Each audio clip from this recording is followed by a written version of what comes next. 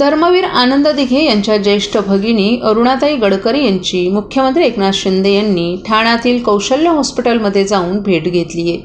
गेल्या काही दिवसांपासून अरुणाताईंची तब्येत बरी नसल्याचं समजल्यानं मुख्यमंत्र्यांनी त्यांची भेट घेऊन त्यांच्या प्रकृतीची विचारपूस केली। यावेळी त्यांच्यावर उपचार करणारे डॉक्टर संजय ओक यांच्याकडून त्यांनी त्यांची तब्येत आणि सुरू असलेले औषधोपचार याबाबत माहिती घेतली। तसंच अरुणाताईंवर शक्य ते सारे उपचार करावेत आणि त्या लवकरात लवकर पूर्ण बऱ्या होतील यासाठी प्रयत्न करावेत अशी विनंतीही मुख्यमंत्र्यांनी डॉक्टरांना केली। जाओ, मैं आ रहा हूँ। अरे वो ठीक है ना, दाबू नको। हाँ पहुँचता हूँ। साहेब, दिघे साहेबांच्या भगिनी यांची तब्येत सिरियस असल्यामुळे आपण या ठिकाणी भेटलेले आहात। त्यांना इकडनं त्यांना शिफ्ट केलेलं आहे। नेमका सध्या प्रकृती कशी आहे आणि डॉक्टरांचं काय मत आहे? ते आनंद दिघे साहेबांच्या भगिनी अरुणा गडकरी यांना पॅरालिटिक अटॅक आला आहे आणि त्यांना मी पाहायला आलो आणि नंतर डॉक्टरांशी चर्चा केल्यानंतर ज्युपिटरमध्ये शिफ्ट करण्याचा निर्णय घेतला आहे आणि त्याप्रमाणे त्यांची प्रकृती स्टेबल आहे आणि जे पुढचे जे काही उपचार आहेत ते ज्युपिटरमध्ये करण्याचा निर्णय घेतला आहे। त्यामुळे मला वाटतं आता त्यांच्या प्रकृतीमध्ये चांगला हे होईल, इम्प्रूव्हमेंट होईल आणि जे ट्रीटमेंट करायची आहे ती ज्युपिटरमध्ये केली जाईल। साहेब, गेले दीड तास झाला या विषयावरती आपण डॉक्टरांशी चर्चा केली। डॉक्टरांचं काय मत आहे? नाही, मीटिंग झाली डॉक्टरांच्या बरोबर आणि ठरलं की बाबा आपण ज्युपिटरमध्ये शिफ्ट करू। तिथे सगळ्या इक्विपमेंट, सगळ्या ट्रीटमेंट्स, या सगळ्या MRI असेल, मग तिथे सगळं इन हाऊस आहे। त्यामुळे आपल्याला ट्रीटमेंटसाठी ते जादा बरं पडेल आणि त्यासाठी निर्णय घेतला आपण शिफ्टिंगचा। सर, पुण्याचं प्रकरण TJSB सौर शक्ती कर्ज, गो ग्रीन, करा वीज बिलावर बचत। आकर्षक व्याजदर, 84 महिने परतफेड कालावधी, 80% लोन, व्यावसायिक आणि उद्योजकांकरता सुद्धा।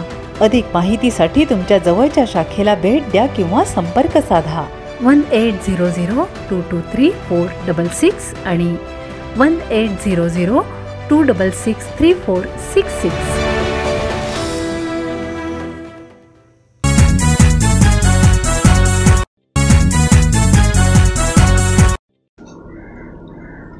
महाराष्ट्र औद्योगिक विकास महामंडळाकडून जलवाहिन्यांच्या दुरुस्तीचं काम हाती घेतलं जाणार आहे। त्यामुळे ठाण्यातील काही भागातील पाणी पुरवठा गुरुवारी रात्री 12 ते शुक्रवारी रात्री 12 वाजेपर्यंत बंद करण्याचा निर्णय पालिका प्रशासनानं घेतलाय। MIDCच्या पाणीपुरवठा योजनेअंतर्गत काटाई नाका ते शिळटाकी येथे जलवाहिनी दुरुस्तीचं काम हाती घेण्यात आलं आहे। त्यामुळे गुरुवारी रात्री 12 ते शुक्रवारी रात्री 12 या कालावधीत पाणी पुरवठा 24 तास बंद राहणार आहे। या कालावधीत ठाणे महापालिका क्षेत्रातील दिवा, मुंब्रा, प्रभाग क्रमांक 26 आणि 31 मधील काही भाग वगळता कळवा, वागळे स्ट्रीट येथील रूपादेवी पाडा, किसन नगर क्रमांक 2, नेहरू नगर, कोलशेत, खालचा गाव येथील पाणी पुरवठा 24 तासांसाठी पूर्णपणे बंद राहील। पाणी पुरवठा सुरू झाल्यानंतर पुढील 1 ते 2 दिवस कमी दाबानं पाणी पुरवठा होईल अशी माहिती ठाणे महापालिकेच्या पाणी पुरवठा विभागानं दिली आहे।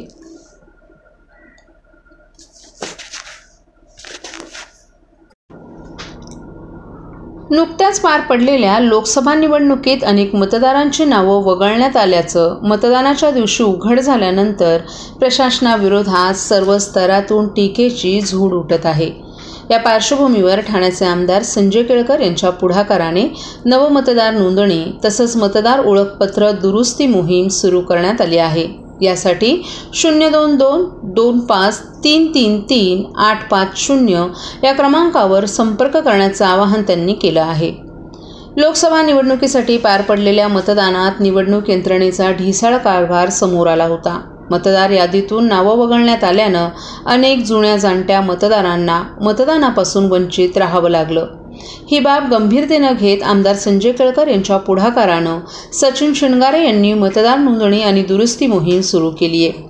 मतदार यादीमध्ये नाव नोंदणी आणि मतदार ओळखपत्रामध्ये दुरुस्ती करण्याकरिता तसंच ज्यांची नावं मतदार यादीतून वगळण्यात आली असतील अशांसाठी विशेष मोहीम सुरू केली आहे. त्यानुसार ज्यांना मतदार नोंदणी करायची आहे त्यांनी स्वतःचा फोटो, आधार कार्ड, वास्तव्याचा पुरावा आदी आवश्यक स्वयंसाक्षांकित कागदपत्रांसह जनसेवा कार्यालय, जय भवानी नगर, मराठी शाळेच्या मागे, माजिवडा, ठाणे येथे अथवा श्रमसाफल्य वीर सावरकर मार्ग 3 पेट्रोल पंपाजवळ आरामबाग समोर या पत्त्यावर सचिन शिणगारे यांना 9892766111 या क्रमांकावर संपर्क साधावा असं आवाहन आमदार संजय केळकर यांनी केलं आहे.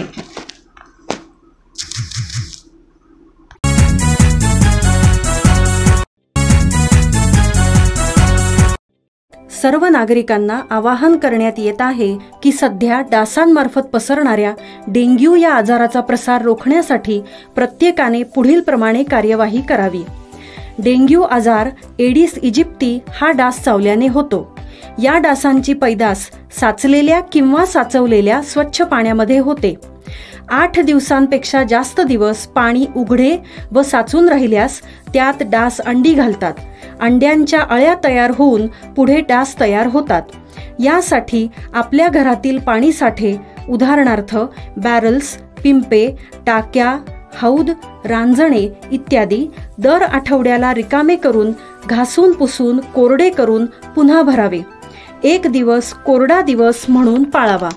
पाणी साठ्यांना घट्ट झाकणे बसवावीत किंवा जुनी साडी, चादर, धोतर यांनी बांधून झाकून ठेवावीत, म्हणजे डास त्यात जाऊन अंडी घालणार नाहीत.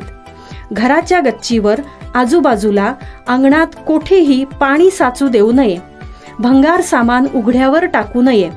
उदाहरणार्थ टायर्स, प्लास्टिक सामान, कुंड्या, टाकाऊ वस्तू इत्यादी.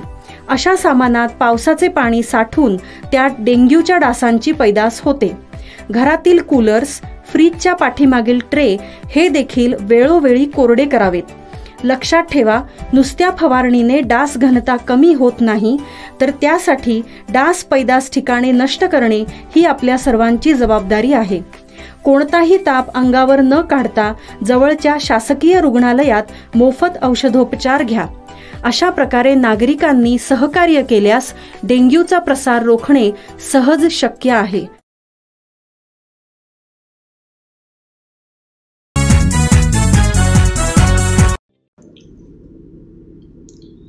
वाढता उष्मा आणि सततच्या घामानं ठाणे शहरातील नागरिक हैराण झालेत.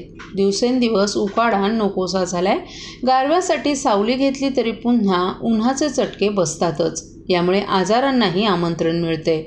डिहायड्रेशन, व्हायरल फीवर, स्त्रियांमधील UTI इन्फेक्शन्स, डायरिया, मायग्रेन, पोटासंबंधी आजार, डोळ्यांचा संसर्ग आणि उष्माघातासारखे अनेक आजार बळावत आहेत. त्यामुळे उष्माघाताची लक्षणं दिसताच डॉक्टरांचा सल्ला घेण्याचं आवाहन आरोग्य तज्ज्ञ करत आहेत. यंदा उन्हाळा फेब्रुवारीपासूनच जाणवू लागलाय. एप्रिलच्या मध्यापासून तर उष्णतेचा पारा 40शी पार झालाय. वातावरणातील या बदलामुळे अनेकांना उष्माघाताचा सामनाही करावा लागतोय. अनेक जण उन्हामध्ये सतत काम करत असतात, तर काही जणांना उन्हातून कायम प्रवास करावा लागतो. अशावेळी शरीरातील तापमान नियंत्रित करण्याच्या यंत्रणेत बिघाड होतो. परिणामी शरीरातील पाण्याची पातळी कमी होते. या काळात अतिघामाचं प्रमाणही वाढत असतं. त्यामुळे कोणत्याही सुरक्षेविना उन्हामध्ये फिरल्यास आजारांना नियंत्रण मिळत आहे. शरीरातील उष्णता घामाच्या माध्यमातून जात असल्यानं लघुशंकेचं प्रमाण या काळात कमी होतं. त्यामुळे उन्हाळ्यात मुतखड्यासारखे आजारही बळावतात. सध्या आरोग्याच्या जनजागृतीमुळे नागरिक लक्षणं आढळताच रुग्णालयात तपासणीसाठी धाव घेत आहेत. डिहायड्रेशन, व्हायरल फीवर आणि स्त्रियांमधील UTI इन्फेक्शन, डायरिया, मायग्रेन, पोटासंबंधी आजार, डोळ्यांचे संसर्ग आदी रुग्ण वाढत आहेत. सुरक्षेशिवाय उन्हामध्ये फिरल्यास उष्माघाताचा त्रास होण्याची शक्यता डॉक्टरांनी व्यक्त केली आहे.